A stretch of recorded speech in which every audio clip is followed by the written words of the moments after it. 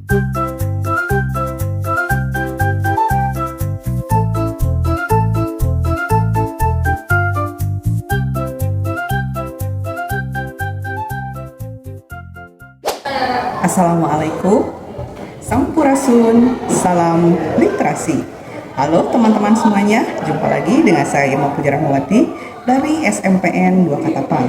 Pada saat ini saya berkesempatan untuk mengikuti kegiatan lomba talenta dan menyelesaikan tantangan kedua, yaitu mereview buku.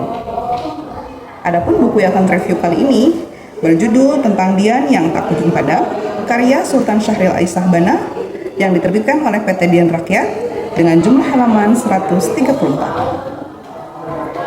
Saya akan mereview buku ini menggunakan metode fishbone. Metode fishbone adalah sebuah diagram berbentuk tulang ikan yang terdiri dari 3 kerangka. Pertama ada kepala, kedua ada isi, dan ketiga ada ekor.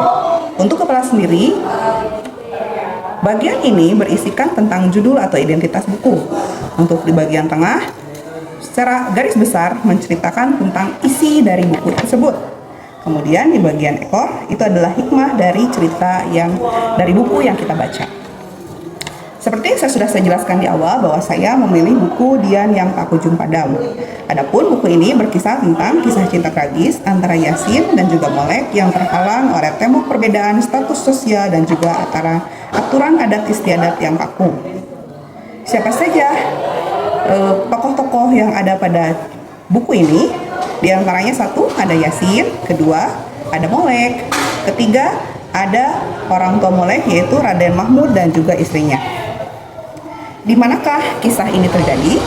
Kisah ini terjadi di Palembang, Sumatera Selatan, terutama di daerah pinggiran Sungai Musi dan lingkungan rumah bangsawan yang tertutup. Lalu kapan kisah ini terjadi? Kisah ini terjadi di zaman penjajahan Belanda, di mana aturan adat dan perbedaan kasta antara bangsawan dan rakyat jelata masih sangat ketat. Di kasus ini, Yasin berasal dari rakyat biasa, sedangkan Molek berasal dari kaum bangsawan. Kenapa konflik di cerita ini bisa terjadi? Karena orang tua Molek menolak lamaran Yasin yang dianggap tidak sederajat dan lebih memilih menikahkan Molek dengan pria pilihan mereka demi menjaga martabat kebangsawanan. Lalu bagaimana akhir dari kisah cerita ini? Molek akhirnya jatuh sakit dan meninggal karena tekanan batin akibat pernikahan paksa. Yasin yang hancur hatinya akhirnya memilih hidup menyendiri di Gunung Semeru untuk tetap menjaga pelita cintanya kepada Molek hingga akhir hayat. Hikmah yang bisa kita ambil dari cerita ini adalah bahwa cinta sejati tidak bisa dipaksakan atau diukur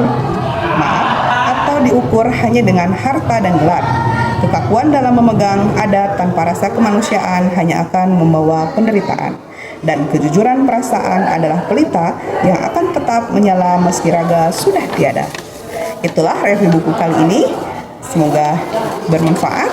Assalamualaikum warahmatullahi wabarakatuh.